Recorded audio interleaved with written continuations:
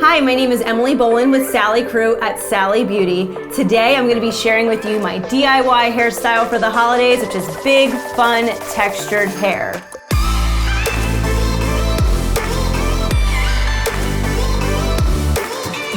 So the thing I love about this deep waver is that you can see it's got very dramatic waves within it, so you know you're going to get that deep, luxurious curl.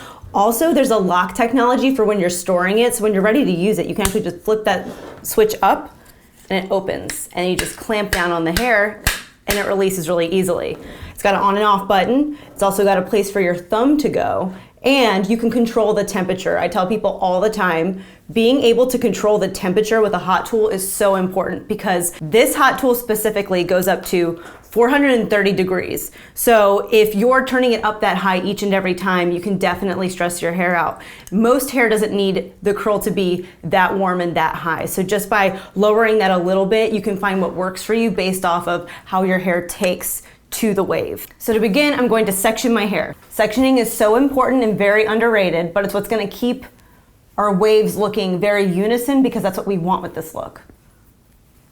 So I would say start out with about an inch by inch section, just so that you know all of the hair is getting hit with the heat, because if you have too big of a section, you're gonna lose control of how much of the heat is actually getting to your hair. And it's nice to get a nice big bulky clip when you're tying your hair up, because you have big, thick, dense hair like this, and I have extensions right now.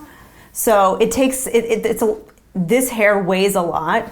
So being able to get it up and out of the way efficiently, and I don't have to worry about it slipping down, is gonna be super helpful.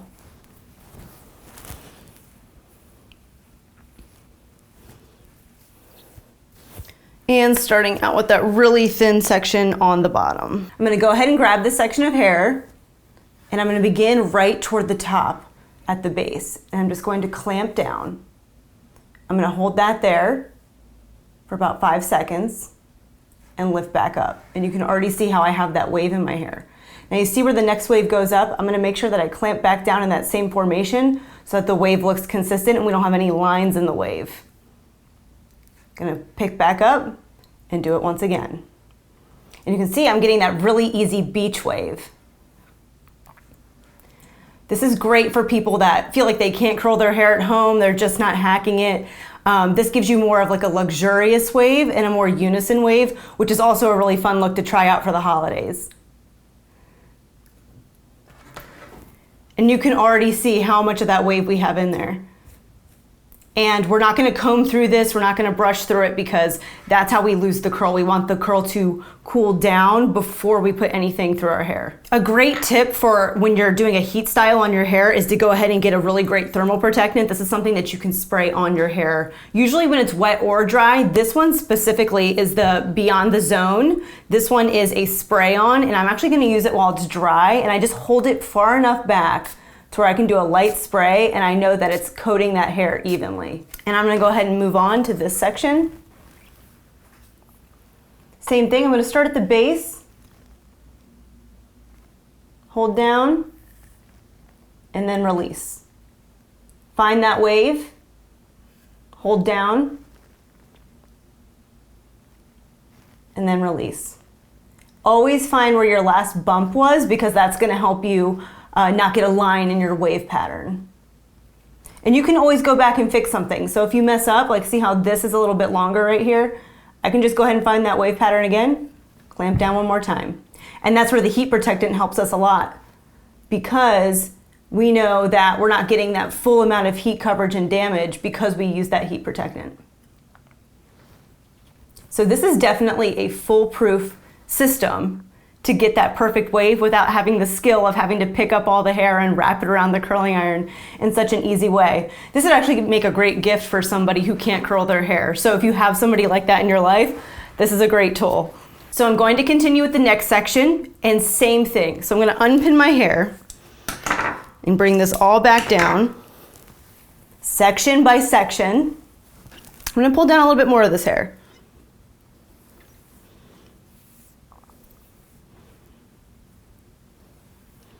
All the way to the back, pulling down about 1 inch, and then I'm going to repin this up and keeping everything very organized. So I'm ready to move on to my next section. I have my nice clean section ready to go right here. We're gonna begin by starting at the base. See how close I am? You wanna get it as tight as possible without hurting your scalp. So I'm gonna release, find that wave, press down again.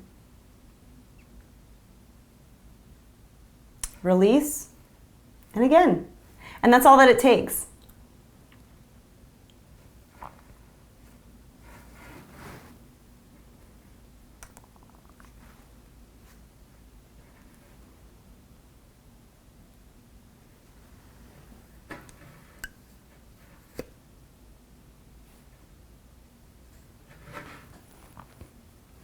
And you can even just see the comparison.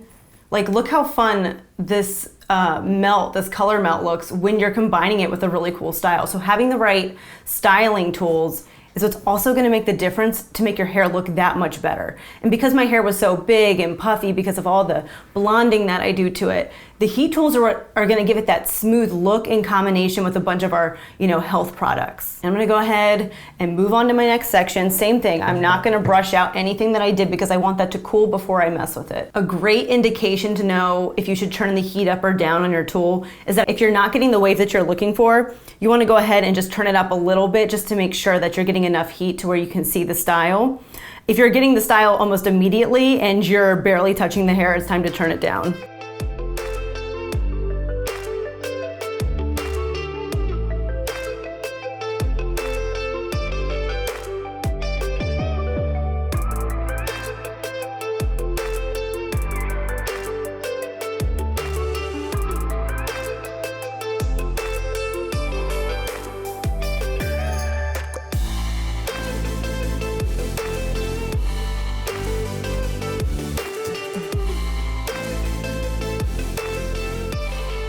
I love all the texture that this is giving to me.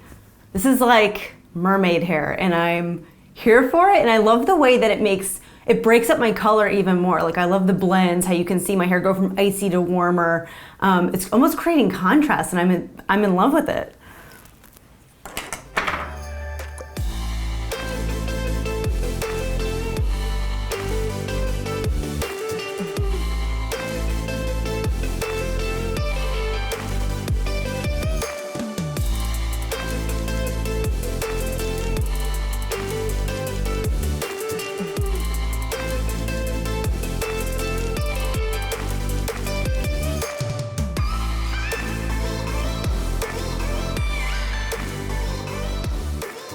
When I turn it to the side like this, you can really see how that curl is finding its form.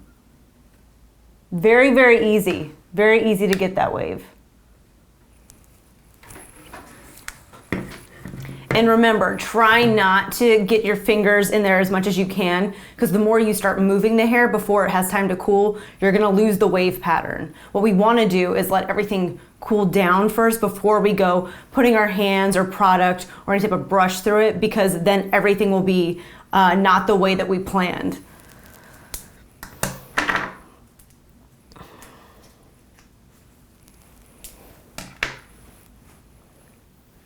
And we're gonna continue to work up the head. We're almost there. I like to leave out the very top hairs, like if you have bangs or any shorter pieces on top, like layers, just because we wanna be able to mold those and put those where we want them to sit. So leaving those out even with the top section, even with it being thin enough, that way we have more control of what our overall style looks like, because that hair on top is gonna be the most seen piece by anybody that looks at your hair. So we're gonna go ahead and just top knot that out of the way.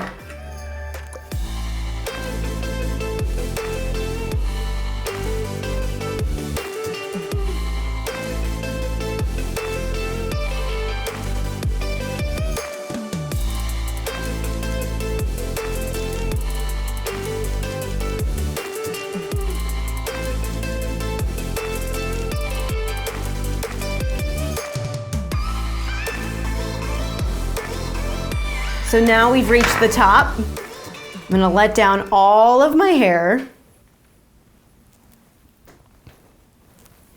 we're gonna finish it up.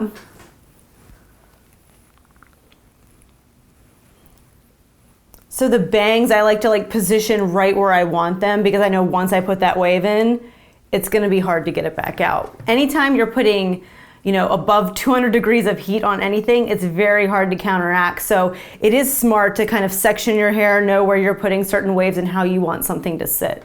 And even sectioning this top section isn't a bad idea, because the more control you have, the more you're gonna be able to predict your outcome.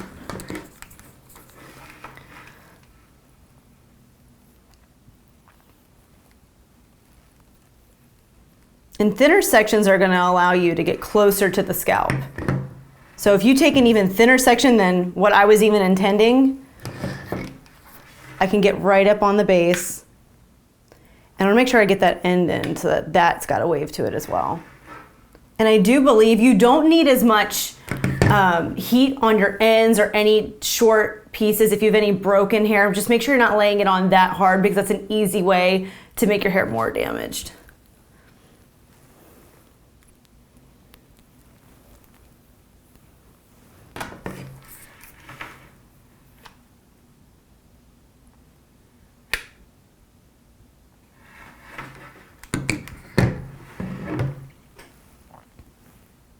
And this is the only time I'm starting to like mold my hair where I want it to go while it's still hot, because if it hasn't set yet, I can still adjust it. So if I know I want my bangs to sit a little bit smoother across my forehead, I'm gonna start playing with that a little bit,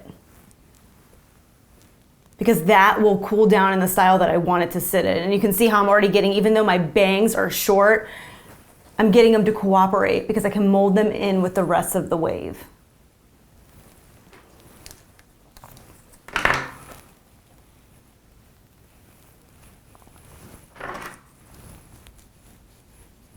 I'm gonna add a little bit more heat protectant on this one because my hairs are a little more fragile toward the top of my head, because that seems to get the most styling action out of all of my hair, because that's what everybody sees. So I almost like to go in double time to make sure that it's all getting covered.